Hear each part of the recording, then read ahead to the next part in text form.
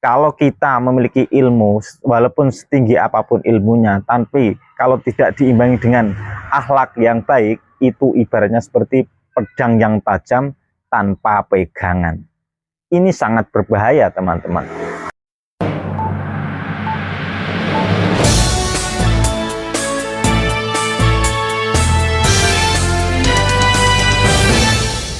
Assalamualaikum warahmatullahi wabarakatuh. Selamat datang di channel Rudy Mahaka. Semoga pada kesempatan kali ini kita selalu diberikan kesehatan, keselamatan, rezeki dilancarkan, dan yang terpenting adalah kita selalu disandingkan orang-orang yang baik, orang-orang yang bijak.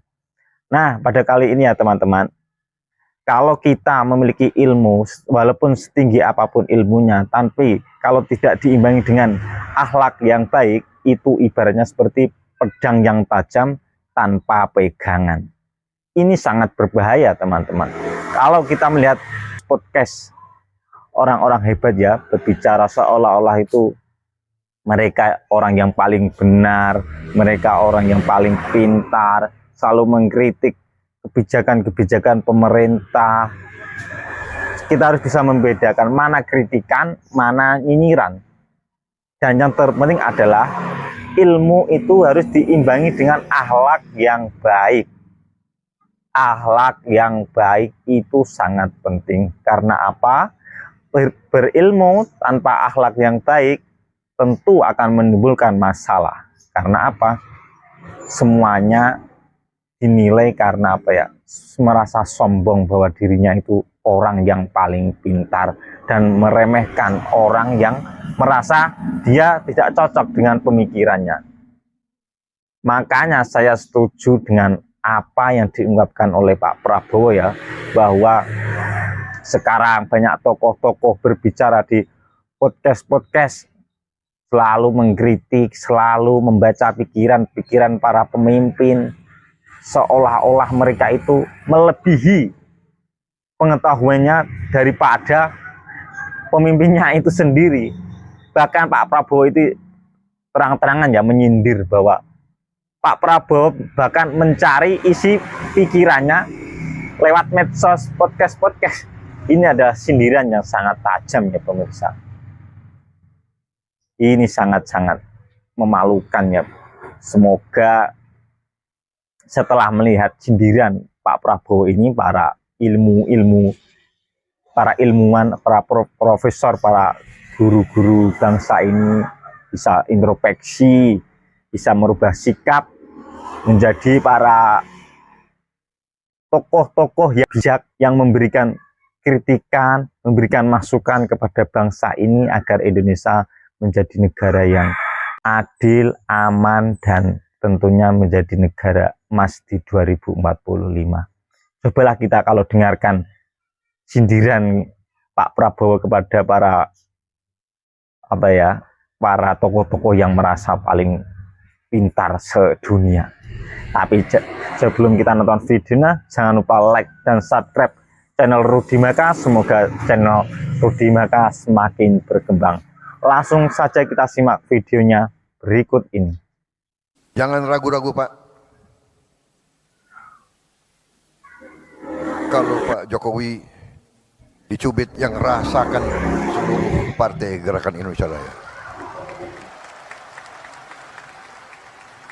Kita adalah petarung, kita adalah pendekar, kita ingin baik, tapi jangan salah hitung.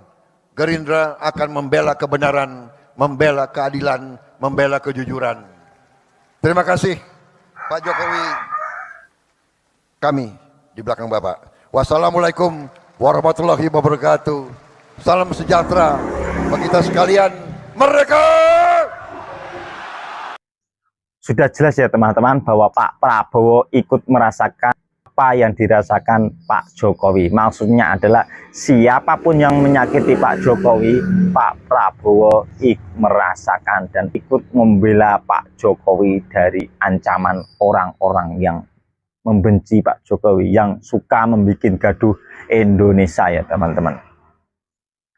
Semoga kita sebagai rakyat kecil hanya bisa berdoa, semoga Pak Prabowo dan Mas Gibran bisa menjalankan apa yang sudah Pak Jokowi lakukan selama 10 tahun menjadi presiden, bahwa Pak Jokowi sudah membubarkan organisasi yang sangat membahayakan untuk kesatuan NKRI ya teman-teman.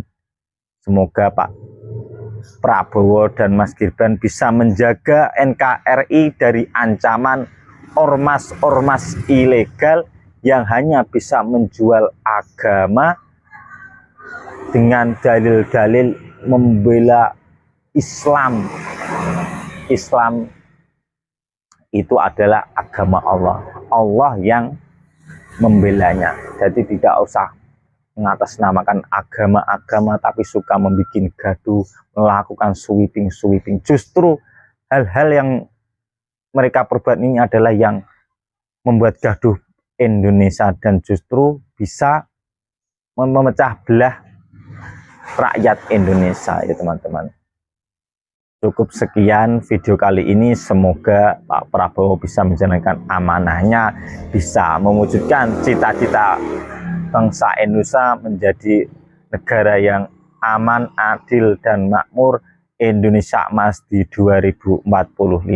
Assalamualaikum warahmatullahi wabarakatuh.